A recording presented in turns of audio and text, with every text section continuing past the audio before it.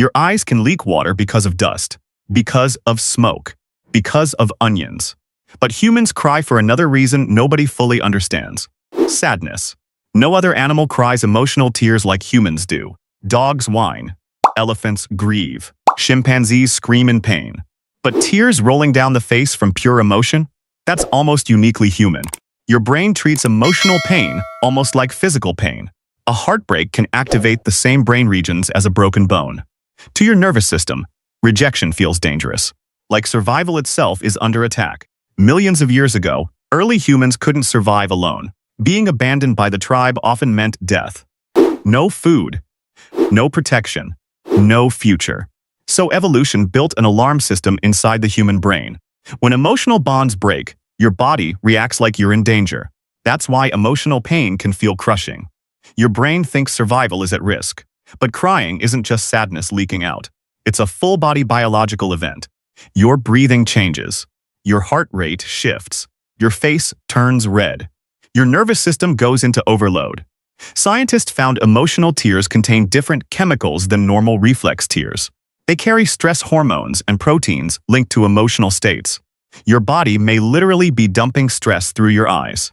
Some researchers believe crying helps regulate the nervous system. Like a pressure valve. Too much emotional tension builds up inside the body. Then tears release part of it. That's why people sometimes feel strangely calm after crying hard. The breakdown becomes a reset.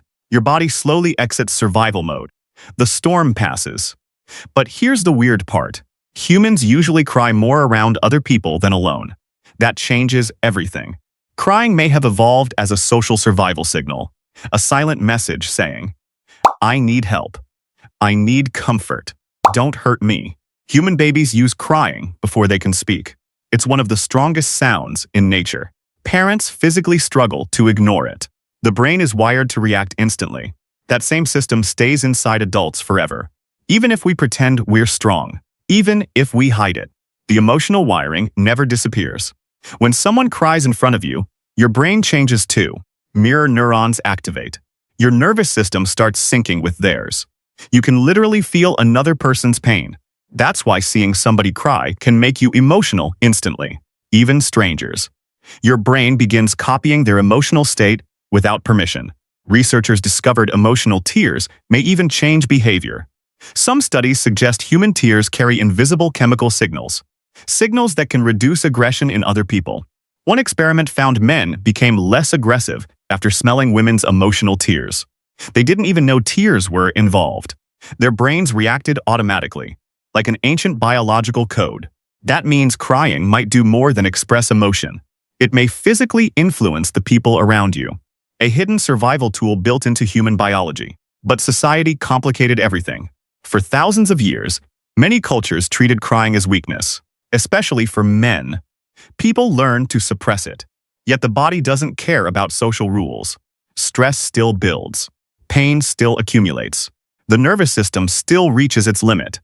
That's why some people suddenly cry after staying strong for too long. The brain can suppress emotion temporarily, not forever. Even tiny triggers can unlock buried emotions.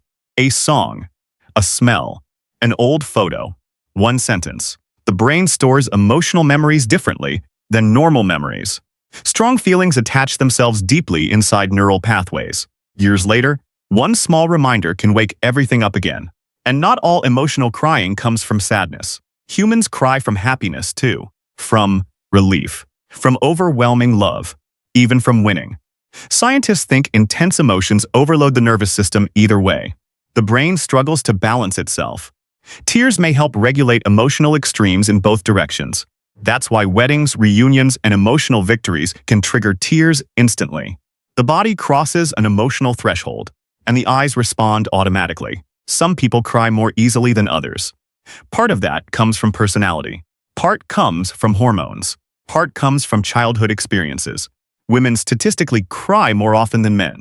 One reason involves prolactin, a hormone linked to tear production. Testosterone may suppress crying responses. Biology shapes emotion more than people realize. But emotional suppression has a cost. Studies connect bottled-up emotions with stress, anxiety, and even physical health problems. The body remembers what the mind tries to bury. And sometimes people cry without fully understanding why. The conscious brain loses track, but the nervous system keeps the score. That's because your brain processes emotions in layers. Some reactions happen before logic even catches up. Your body can respond emotionally before you understand the feeling yourself. Trauma makes this even stronger. Painful experiences can leave emotional fingerprints inside the brain. Long after the danger ends, the nervous system still reacts like it's happening now. That's why certain memories can instantly trigger tears years later. Your brain isn't reliving the story. It's reliving the emotion. But crying also creates connection. Moments of vulnerability often build stronger human bonds than words ever could. People trust honesty they can feel. In a strange way, tears became part of human survival. Not through strength, not through violence, but through emotional connection. And maybe that's why humans cry from emotions at all. Because survival was never only about muscles or intelligence. It was about staying connected to other humans. A species that feels together, survives together. Tears may be proof of that. A biological signal saying, we need each other. So the next time tears appear for no clear reason, your body may be doing something ancient, something deeply human, something older than civilization itself. Behind every emotional tear is a nervous system trying to survive, regulate, connect, and heal. Not weakness, not failure, human biology. And somewhere in your brain right now, there's a system built millions of years ago, waiting quietly behind your eyes.